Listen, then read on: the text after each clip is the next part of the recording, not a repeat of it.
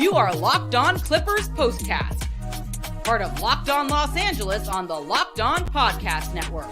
Your team every day. Hello and welcome in to the Locked On Clippers Postcast, Locked On Clippers Podcast Network. I am Pete Fox. Thank you for joining me here on the Locked On Sports LA YouTube channel and listening on the Locked On Clippers podcast feed. Brought to you tonight by FanDuel. Take every moment more right now. New customers to FanDuel get $150 in bonus bets guaranteed. Place just a $5 bet. Visit FanDuel.com/locked-on. Get started. Again, I'm Pete Fox, covering sports in LA for ESPN Radio and NBC dating back to 2007. Clippers in Detroit face the Pistons tonight. As you probably well know, Detroit is a 6-win team. And didn't really expect all that much, but of late, they've been playing better. They have won 2 of their last 5 now coming into this one. They beat the Oklahoma City Thunder in that stretch of time and, had a decent output or a decent performance rather against the Cleveland Cavaliers. I believe it was last night, maybe the night before. So they've just been playing a little better. And that's not saying much. You don't have to do a whole lot to be better than 4 wins in 46 games. But they have started to figure it out a little bit. So I guess if you're a Detroit Pistons fan, after this loss, which was only 11, 136-125, Clippers led by as many as 20, I guess Piston fans at least can feel like there is something to look forward to. There is a very, very dim light at the end of this tunnel. It says, hey, we're not as terrible as our record would indicate, because in the first half, just like a couple of nights ago against the Wizards in DC, the Clippers had all that they could handle. They fell behind early in this one. They were down 15-6 at one point. Make that 18-6. But then at the end of the first quarter, only down 5, 33-27. That would be 6. Sorry. So they started to make a run at that point, and it almost felt like at the end of the first quarter, they kind of woke up and said, all right, we need to start playing better, and we can't be so lackadaisical. But, again, credit to the Pistons. They made a ton of three-pointers. They made a ton of shots. They weren't missing. Wasn't a ton of defense in this game, but the big performer of the night, Kawhi Leonard, had a huge part of that, but the catalyst, the switch flipper, once again, Russell Westbrook.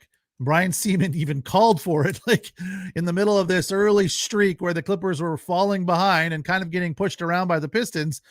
Seaman says, I'd really like to see Russell Westbrook right about now. And within a minute or two, he was in the game. Not that Ty Lue heard Brian Seaman, but we've all become very comfortable with what Russell Westbrook brings to the team and brings to the energy level. So when the team is down in the first quarter, it's a fairly simple resolution or solution. Just put Russ in there. He's going to go 100 miles an hour, and the team is going to turn things around, which is exactly what happened. He came in, he scored 10 points in 12 minutes. And pretty much it was all downhill from there. Things started to turn around rather quickly for the Clippers then, and they started making buckets. They went into the break up 65-59, but coming out of the break, Detroit was not letting up. So it was still interesting for a minute there, but Kawhi Leonard was just red hot, continuing to play out of his mind, finishing the night with 33, but highlighted by 6 consecutive three-pointers and 10 consecutive made buckets. So just on a complete hot streak. And without Kawhi Leonard, I don't know what this team would be right now. I still think they'd be good, but he's just so comforting as a fan to watch when he's got the ball, so efficient, doesn't miss a ton of shots. Tonight, 12 of 17, so only missed 5 shots. Again, made 6 threes in a row. That's good for 18 points.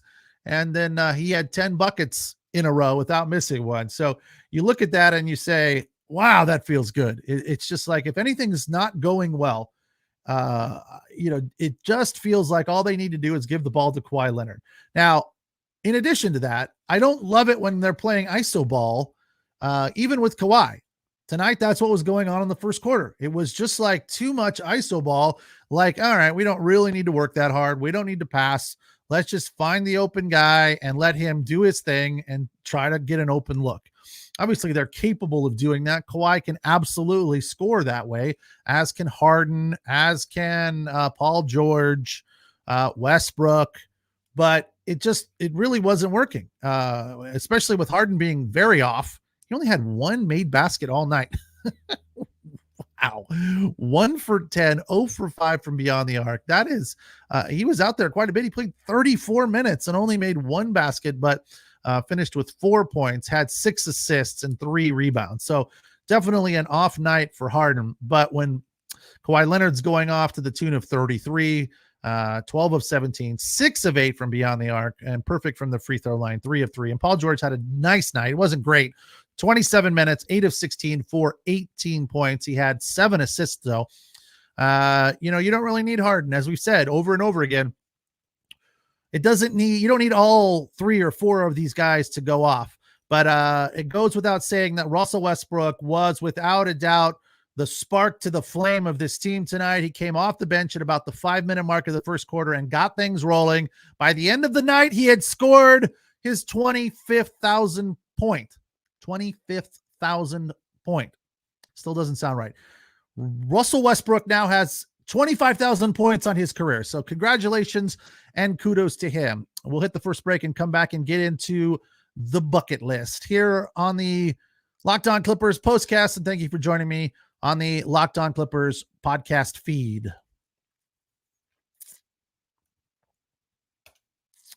All right, as I mentioned, tonight's show brought to you by FanDuel. Now that the regular season of the NFL is coming to a conclusion with the Super Bowl, not this weekend, but next weekend, of course, our palms start itching and we feel the need to levy a wager. Got to get out there, get in on the action, especially around Super Bowl time. All the parlays and what do they call them? God, there's a special name for those bets and I just can't remember it. I guess I will next week. But, all of the, how long's the national anthem going to be and things of that nature? Who's going to score first? Will there be a kickoff return for a touchdown in the game? Those kind of bets. That's what makes the Super Bowl interesting. And right now, new customers on FanDuel can get $150 in bonus bets guaranteed when you place a $5 bet. That's $150 in bonus bets, win or lose, which is just unbelievable. The app is so easy to use, and there are so many different ways to bet. And during the Super Bowl, obviously, there are so many different opportunities available, including same-game parlays. And in the new Explore tab, you can find all sorts of different bets. You can make a parlay in the Parlay Hub, and the best way to find popular parlays and a whole lot more. So visit FanDuel.com/lockedon and make your first bet a layup. FanDuel, official partner of the NFL.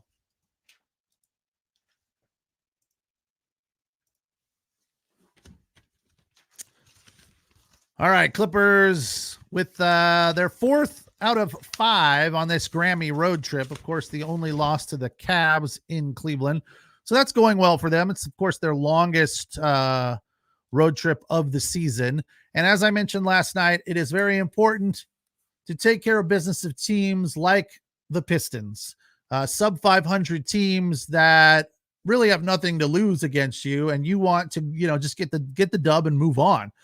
So that's what they did tonight. But at times it was sketchy. There were definitely some moments of worry or stress. I don't want to call it worry. I never felt like they were going to lose this game based on the fact that anytime we get into these games against teams that are considerably inferior record-wise, if they're not taking care of business at the half, Brian Shaw and Ty Lue and the coaching staff really gets in their face and kind of wakes them up and says, all right, enough screwing around, get out there and move the ball around the perimeter, pass the ball, find the open man, get a good look, and make a bucket, right? And that's what they do. And really that changes the tone. You can see the ball movement when the ball movement is happening and they're not settling for bad looks, which they were in the first half, especially in the first quarter. It's just a little bit lazy. I don't know that it was sloppy. It just felt like a little bit lazy all in all. So what was the turnovers tonight? 9 turnovers versus 16 for the Pistons. So definitely it hurt the Pistons. I don't know that it hurt the Clippers all that much because they shot lights out. 59.6% from the floor, 48.3 from beyond the arc, and 84 from the line, which is exactly what we love to see. 59% from the floor is remarkable and fantastic. As for the Pistons, they played very well. So again, Piston fans should feel happy that their team's not abysmal. And I have to give Piston fans credit.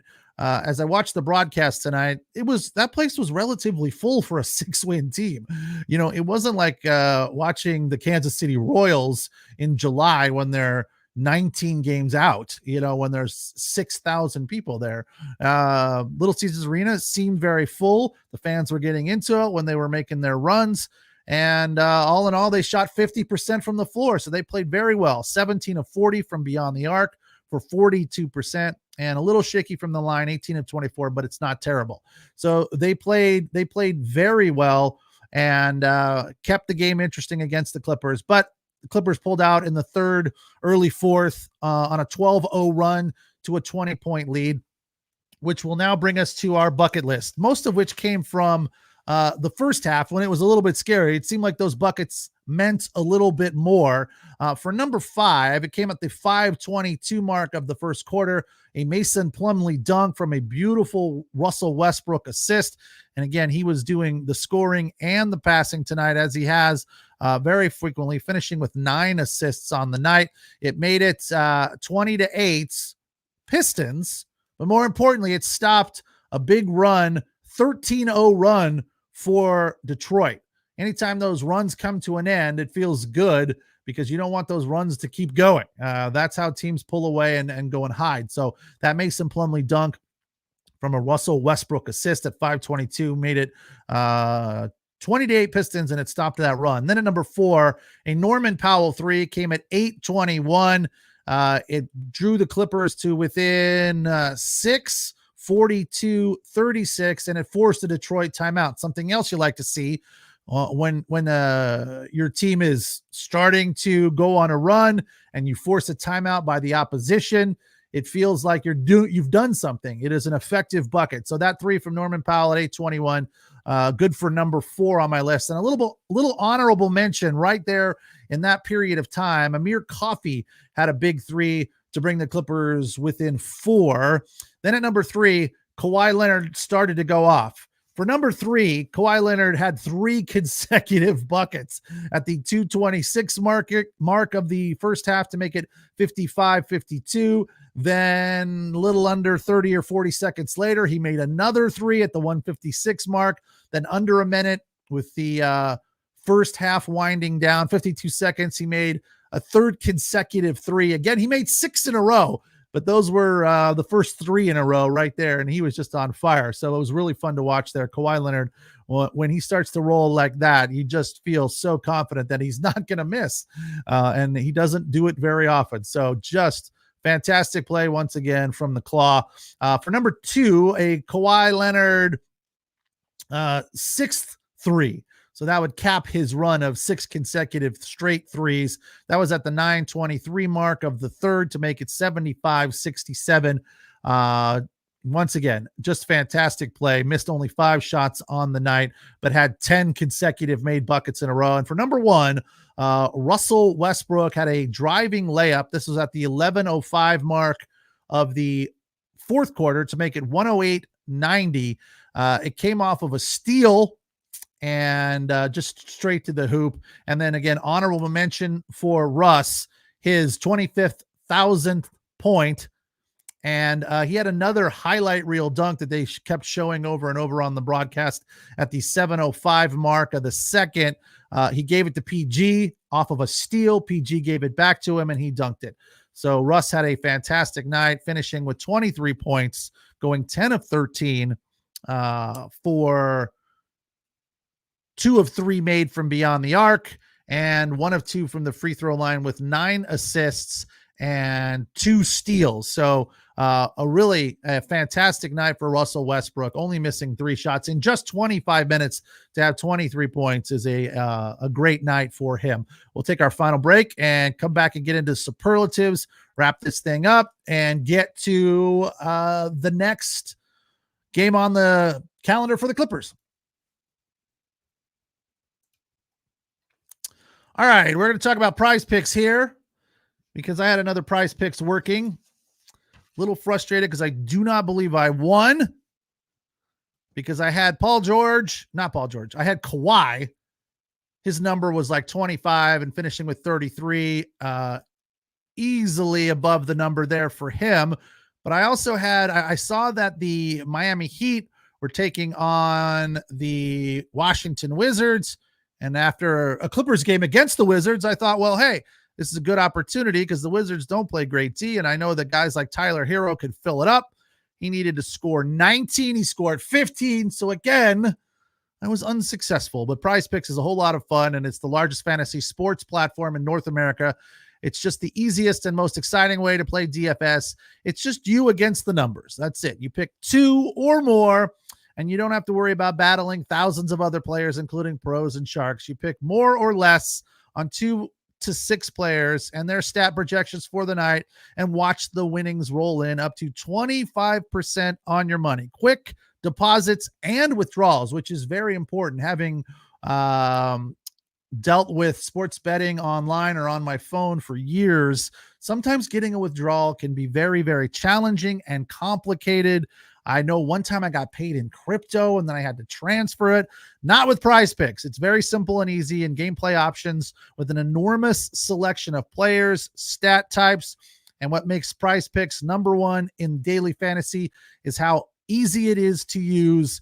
I do have to say that when I made my first deposit, it was also very simple, and I received 100% bonus on my deposit. So whatever you put in, they're going to match that deposit 100% up to $100. It's a lot of fun, and it makes any game more interesting. Of course, again, with the Super Bowl right around the corner, you can put together all sorts of stat projections for the Super Bowl, Patrick Mahomes and Travis Kelce, and all sorts of different options. So check them out, prizepicks.com/LockedOnNBA, and use the code LockedOnNBA for a first deposit match up to $100. Again, that's prizepicks.com/LockedOnNBA.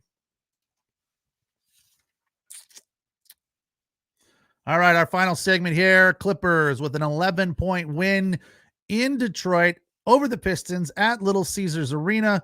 They moved that streak to 23-5, dating back to that date that we all look back upon and think that we were maybe a little worried about how this James Harden thing was going to work out. Well, it has worked out just fine for the Clippers.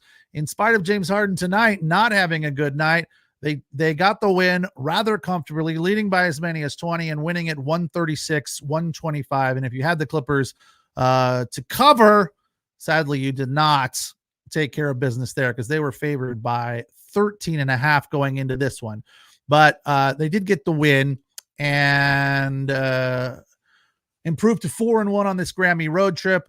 Coming up, they'll take care of the Heat, they'll face the Heat and hopefully take care of them because the Heat have been struggling. But they did get the win tonight over the Washington Wizards in DC. That was in Miami. So the Clippers are on to Miami after tonight. We'll break down that in just a little bit. We'll get to superlatives here also in a little bit. But the overall feeling of this game was you think that the Clippers are going to dominate. They're going to cruise to victory, which they ultimately did.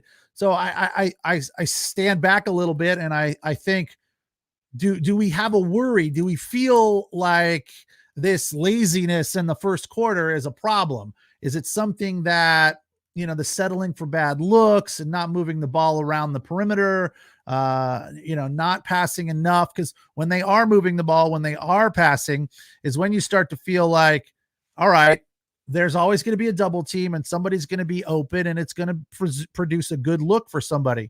And it really wasn't ultimately all that successful for them in the first half. They were playing a lot of ISO ball, and I'm not a huge fan of the ISO ball look for the Clippers. I would rather have them passing, trying to find the open man, and taking care of scoring that way. Now, when Kawhi Leonard gets going, he can do whatever he wants.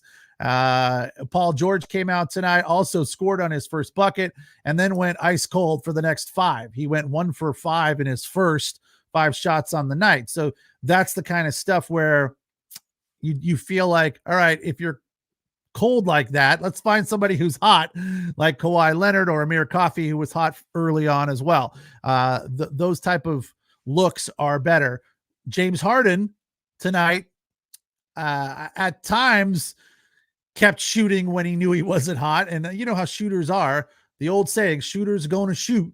And they're going to keep firing until they break out of this thing. But sometimes it just doesn't feel like that's the right play. You have to be a little unselfish. And I always give James Harden credit for that, because he seemingly in most situations for this team, whether he's hot or not, I think it works inverse for James Harden. When he's going well, when he's hot, then he starts passing. Then he becomes extremely unselfish.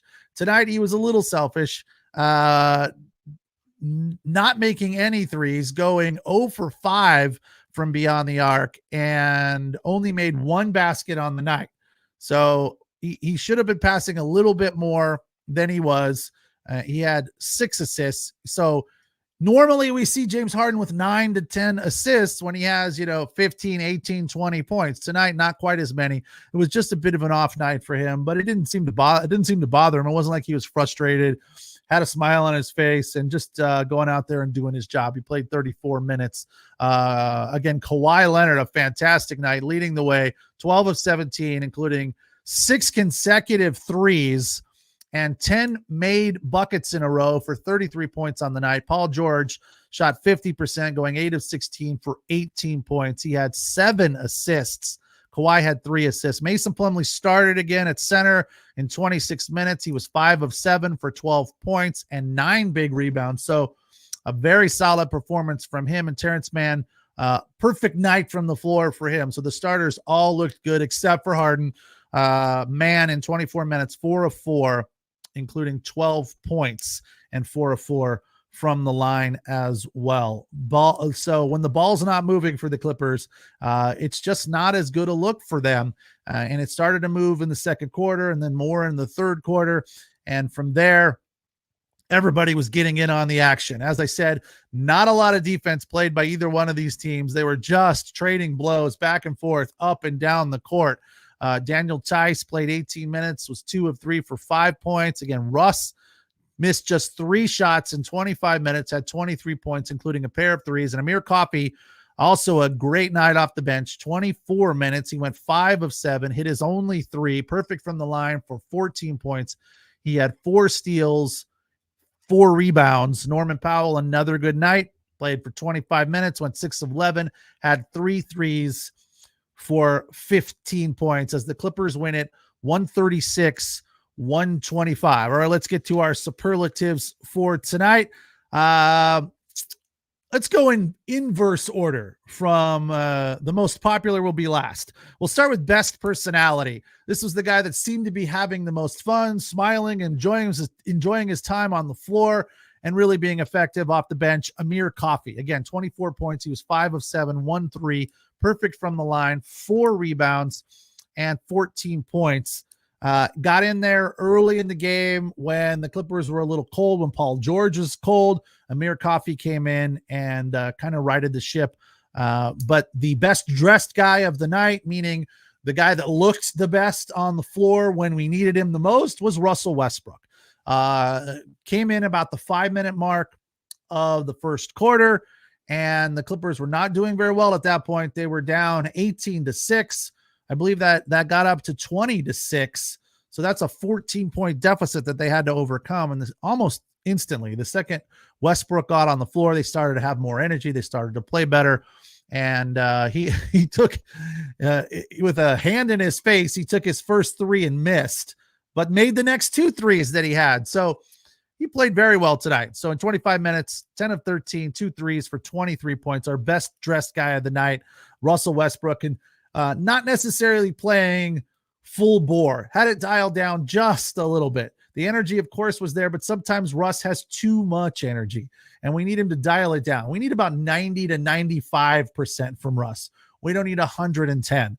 And last but not least, our most popular player of the night, Kawhi Leonard, making clutch baskets early, making clutch baskets late. I don't think we can overstate how great he's been lately.